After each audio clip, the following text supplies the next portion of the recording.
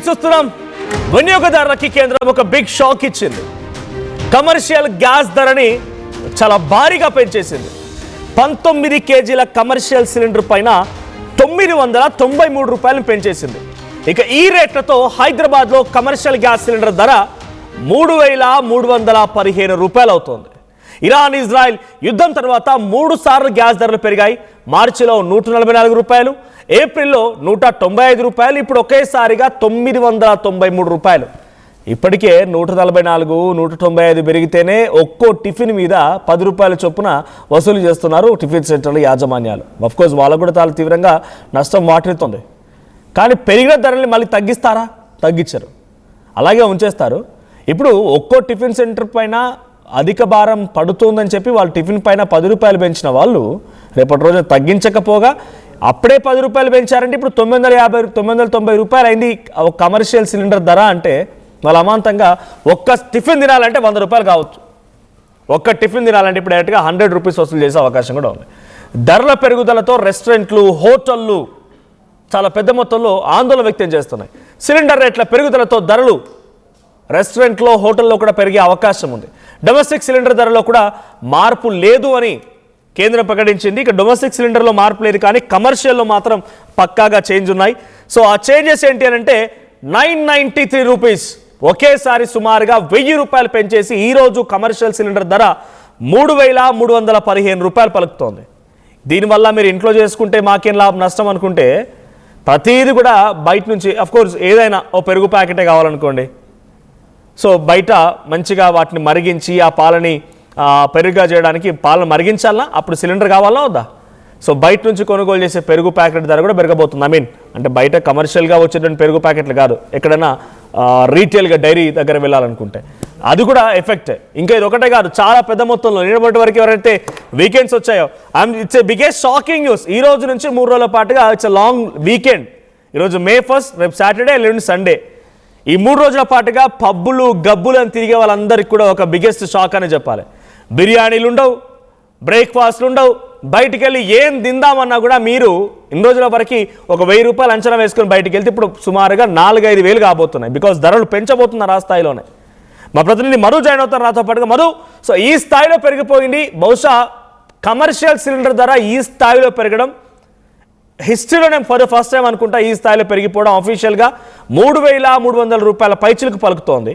So ఈ స్థాయిలో cylinder ధరలు పెరిగిన తర్వాత నాకు తెలిసి హోటళ్ళు, టిఫిన్లు తెరవాలంటేనే ఆందోళన వ్యక్తం చేసే పరిస్థితి. ఒకవేళ తెరిచినా కూడా అమాంతంగా వాటి ధర 100 రూపాయల వరకు వెళ్ళినా ఆశ్చర్యపోకుండా అదనంగా. సో ఎలా ఉండబోతోంది దీనిపైన కమర్షియల్ సిలిండర్ ధరల వాడకాలు చేసేటువంటి రెస్టారెంట్ల రియాక్షన్ ఏంటి?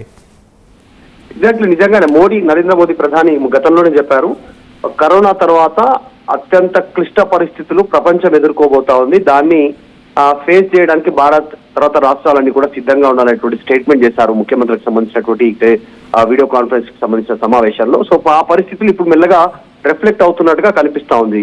ఆల్రెడీ కమర్షియల్ ధరలు పెరగడంతో, దానికి సంబంధించిన షార్టేజ్ ఉండడంతో హోటల్స్ మూతపడ్డాయి. హైదరాబాద్ లో చాలా హోటల్స్ లో ఈ హోటల్ తిరిగి కమర్షియల్ సిలిండర్ అందుబాటులోకి వచ్చిన తర్వాత తిరిగి తెరుస్తామనేటువంటి చాలా హోటల్స్ ఆల్రెడీ ఇప్పుడే బయట బోర్డ్స్ పెట్టేశాయి. అందులో పనిచేస్తున్న సిబ్బంది ఉద్యోగాలు పోయాయి. తర్వాత ఈ రేట్ల వల్ల వాళ్ళు కొంతమంది ఖాళీ చేసి వెళ్ళిపోతా ఉన్నటువంటి పరిస్థితి ఉంది. ఆ ఎఫెక్ట్ ఇంకా పడే పరిస్థితి ఉంది. కేవలం ఈ చిన్న స్థాయి హోటలే కాదు, పెద్ద హోటల్లో కూడా పడిపోయింది. మనం ఆల్రెడీ హోటల్స్కి వెళ్ళి ఇడ్లీ, దోశ, ఏదైనా ఇంకా వడ, ఇంకా ఏదైనా టిఫిన్స్ చేద్దామంటే దానిపైన 5 రూపీస్ 10 రూపీస్ ఎక్స్ట్రా అనేటువంటిది, అంటే ఉన్న రేటు మీద 10 రూపీస్ ఎక్స్ట్రా వసూలు చేస్తా ఉన్నారు. అది కమర్షియల్ ధర పెరిగినటువంటి సిచ్యువేషన్ లో ఇప్పుడు ఇరాన్ తర్వాత ఇజ్రాయెల్, అమెరికా యుద్ధానికి సంబంధించి మరింత రేట్లు పెరిగినటువంటి పరిస్థితి. కమర్షియల్ ఇప్పటికే బ్లాక్ లో దందా చేస్తా ఉన్నారు. దీనికి సంబంధించి ఆల్రెడీ ఇప్పుడు రేటు 3315 రూపాయలకు చేరుకోవడం అనేటువంటిది కాస్త తీవ్రమైనటువంటి భారం కమర్షియల్ గ్యాస్ సిలిండర్ అనేటువంటిది. బయట అంతా కూడా బయట కుకింగ్ కి సంబంధించినటువంటి హోటల్స్ కి సంబంధించి ఈ స్విగ్గీ, జొమాటో డెలివరీ సప్లై చేసినటువంటి అన్ని హోటల్స్ కూడా కమర్షియల్ సిలిండర్ నే ఉపయోగిస్తా ఉన్నారు. వాళ్ళందరి పైన కూడా తీవ్ర భారం పడే అవకాశం ఉంది. కొన్ని పెద్ద హోటల్స్ మాత్రం, కాస్త స్పేషియస్ గా ఉన్నటువంటి హోటల్స్ మాత్రం వాళ్ళు ఈ కట్టెలు తెప్పించుకునే ప్రయత్నం చేస్తా ఉన్నారు. టింబర్ డిపోలతో వాళ్ళు డైరెక్ట్ గా కాంటాక్ట్ అవుతా ఉన్నారు, కట్టెలు తెప్పించుకుంటున్నారు.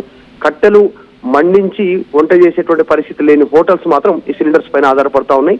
అది రేటు పెరగడంతో వాళ్ళు హోటల్స్ మూసేసే పరిస్థితి. సో ఈరోజు ఈ రేటుతో బయట హోటల్లో తినాలంటే కూడా అందరికి జేబుకు చిల్లుబడే సిచ్యువేషన్ ఉంటుంది. జనాలంతా కూడా ఇంట్లో ప్రిపరేషన్ చేసుకునేటువంటి పరిస్థితి. అంటే రోజువారీగా బయటికి వెళ్ళి బయట తింటూ పనుల నిమిత్తం బయటికి వెళ్ళేవారు కూడా ఇంట్లోనే తిని వెళ్లాల్సినటువంటి సిచ్యువేషన్ ఏర్పడింది. సో ఇది ఇంకా కొన్ని రోజులు కొనసాగేటువంటి అవకాశం కనిపిస్తా ఉంది.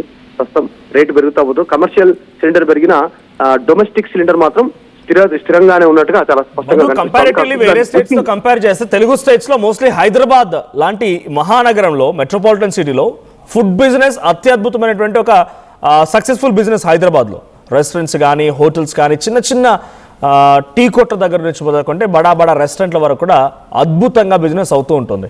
సో అంతటి స్థాయిలో విదేశీ పర్యాటకులు రావడం కానీ లేకపోతే బిజినెస్ క్లాసెస్ వారు కానివ్వండి లేకపోతే ఐటీ ఎంప్లాయీస్ కానీ ప్రతి ఉద్యోగి కూడా అటువంటి హోటల్స్ పైన కొన్ని సందర్భాలు ఆధారపడి వాటి నుంచి పర్చేస్ చేయడం తినలాంటివి జరుగుతూ ఉంటుంది. ఇప్పుడు ఆ హోటల్స్ 1-2 రోజులు గతంలో కూడా ఇదే మాదిరిగా హోటల్స్ మూతపడితేనే ఎంతో స్థాయిలో ఒక భారీ నష్టం వాటిల్లింది ఆ హోటళ్ళకి. హైదరాబాద్ కూడా అస్తవ్యస్తంగా మారిపోయింది. అంటే బయటికి వెళ్ళిన వారు, బ్యాచిలర్స్గా ఉన్నవారు, హాస్టల్స్లో ఉన్నవాళ్ళు అంతా ఆశ్చర్యానికి గురయ్యారు, ఒక ఆందోళన వ్యక్తం చేశారు. ఇప్పుడు ఏకంగా ధరలు అమాంతంగా పెరిగిపోయి అది కూడా అందుబాటులో లేకపోయినటువంటి కొన్ని సిలిండర్లు కూడా.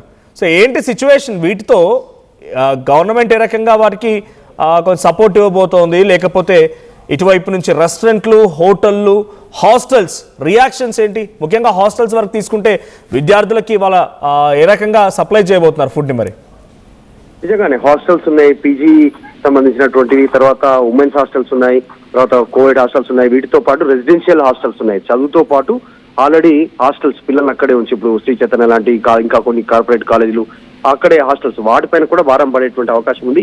Rate Indian oil corporation, Bharat petroleum, Hindustan petroleum వీళ్ళంతా కూడా పబ్లిక్ సెక్టర్ లో ఈ ధరలను కేటాయించేటువంటి సిచ్యువేషన్ ఉంది.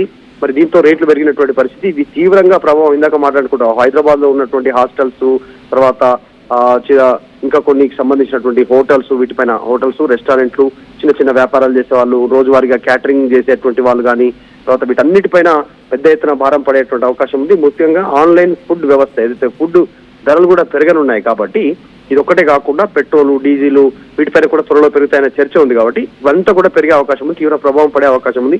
రెస్టారెంట్ బిల్లులు పెరిగేటువంటి అవకాశం ఉంది. ఇప్పటివరకు నార్మల్ గా ఉన్న కొన్ని రెస్టారెంట్స్ ఈ ధరతో అమాంతం రేట్లు పెంచే అవకాశం ఉంది. ఇప్పుడు బిర్యానీ దాదాపు హైదరాబాద్ లో నార్మల్ వ్యక్తి తినాలనుకుంటే 250 నుంచి 300 రూపాయల వరకు, అంటే క్వాలిటీ ధర, క్వాలిటీ 300 వరకు ఉన్నటువంటి బిర్యానీ ఒక్కసారిగా 500కు పెరిగినా ఆశ్చర్యపోవాల్సిన అవసరం లేదు. సో ఈ రేటు పెరిగే అవకాశం ఉంది. చాయ్ లవర్స్ ఎవరైతే ఉన్నారో 10 నుంచి 15 రూపాయలకు చాయ్, సింగిల్ చాయ్ లభించే చాయ్ 25-30 రూపాయలకు చాయ్ లభించే అవకాశం ఉంది. సో ప్రతి రంగంలో ప్రతి చిన్న అంశం పైన కూడా ఎఫెక్ట్ పడేటువంటి అవకాశం ఉంది. నెక్స్ట్ రవాణా రంగం మీద కూడా ఎఫెక్ట్ పడే అవకాశం ఉంది. సిఎన్జి, ఎల్పిజి మీద ఆధారపడి అనేక వాహనాలు నడుస్తా ఉన్నటువంటి పరిస్థితి, వాటిపైన తీవ్ర ప్రభావం ట్రాన్స్పోర్టేషన్ మీద, ఈ పబ్లిక్ ట్రాన్స్పోర్టేషన్ మీద కానీ కమర్షియల్ ట్రాన్స్పోర్టేషన్ మీద కూడా తీవ్ర ప్రభావం పడే అవకాశం ఉంది. ఈ ఎఫెక్ట్ కాస్త లాంగ్ ప్రాసెస్ లో కొంచెం సుదీర్ఘంగానే ఉండే సిచ్యువేషన్ ఉంది. దీన్ని రాష్ట్రాలు ఎట్లా ఫేస్ చేస్తాయి, కేంద్రాలు ఎట్లా సహకరిస్తాయి అనేటువంటి చూడాలి. ఎందుకంటే ప్రపంచంలో మన దేశం 2వ అత్యంత ప్రపంచ జనాభా కలిగినటువంటి పరిస్థితి, అత్యంత ఎక్కువ జనాభాగా చైనా తర్వాత. చరిత్రలో చైనాను బీట్ చేయబోతున్నారు. 140 కోట్ల మంది జనాభాతో తొనికిసలాడుతున్నటువంటి భారత్ కి ఎల్పిజి, సిఎన్జి, పెట్రోల్, డీజిల్, ఈ క్రూడ్ ఆయిల్ అనేటువంటి దానిపైన పెద్ద ఎత్తున ఆధారపడ్డాం. సో మారాల్సినటువంటి అవసరం ఉంది. ప్రజలు, ప్రభుత్వాలు అన్ని కూడా దీన్ని ఎట్లా ఫేస్ చేస్తాయో చూడాలి. Thank you Madhu. సో కేంద్రం అమాంతంగా కమర్షియల్ సిలిండర్ ధరల్ని పెంచేసింది. 993 రూపాయలు ఈరోజు ఒక్కరోజే పెంచడంతో ఆ ఫైనల్ ధర 3300 పైచీలకు నమోదైంది. హోటళ్ళు, రెస్టారెంట్లు, హాస్టల్ అన్నీ కూడా ఒక్కసారిగా తల్లు పట్టుకునే పరిస్థితి. రెస్టారెంట్ బిజినెస్ నడవు, హోటల్స్ నడవు, హాస్టల్స్లో కూడా పిల్లలకి, విద్యార్థులకి లేదా పీజీస్లో ఉన్నటువంటి ఉద్యోగస్తులకి వాళ్ళకి ఫుడ్ సప్లై చేయాలన్నా కూడా కొంత కష్టమే. సో ఈ ప్రభావం చాలా తీవ్రంగా ఉండబోతోంది. సో ఇప్పుడు పెరిగినటువంటి ఈ సిలిండర్ ధరలతో అటు వ్యాపారస్తుల రియాక్షన్ ఏంటో చూడాలి. సో మీ అభిప్రాయం ఏంటి? ఈ స్థాయిలో గ్యాస్ ధరలు పెరిగాయి అన్నప్పుడు పెట్రోల్, డీజిల్ ధరలు కూడా పెరిగే అవకాశం కూడా ఉంది. సో అంటే ఒక రకమైనటువంటి ఇన్ఫ్లేషన్కి ఇది కారణమవుతోంది. సో 10 రూపాయలు ఈ వరకే ఆల్రెడీ టిఫిన్ల పైన పెంచినటువంటి ఆ టిఫిన్ సెంటర్లు బిర్యానీస్ పైన ఏకంగా ఇందాక ప్రతినిధి మధు చెప్తున్నట్టుగా 100 రూపాయల బిర్యానీ కాస్త 500 పైన కూడా ఆశ్చర్యపోక అటువంటి సిలిండర్ ధరలు పెరిగిపోయాయి. చూద్దాం మరి ఏం జరుగుతుందో. సో మీ అభిప్రాయం ఏంటి? లాంగ్ వీకెండ్ వచ్చింది ఆల్రెడీ.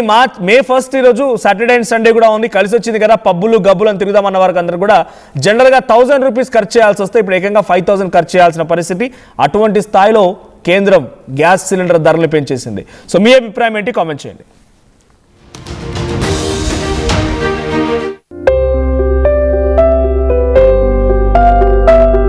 చిన్న చిన్న ఆనందాలు 35 ఏళ్లుగా నా జీవితంలో లేవు. 35 ఏళ్లుగా నేను డైపర్లలో బ్రతికాను. 6 సెంటీమీటర్ల ఫిస్టులా నా మూత్రాశయంలో లీకు కారణమైంది. ఎవరూ నాకు సహాయం చేయలేకపోయారు. AINUలో వైద్యులను కలిసే వరకు. అక్కడ వారు రోబోటిక్ శస్త్రచికిత్సతో నాకు పరిష్కారం ఇచ్చారు. వారు నా ఆత్మవిశ్వాసాన్ని కూడా తిరిగిచ్చారు. Precision care makes it possible. The Center for Robotic Surgery at AINU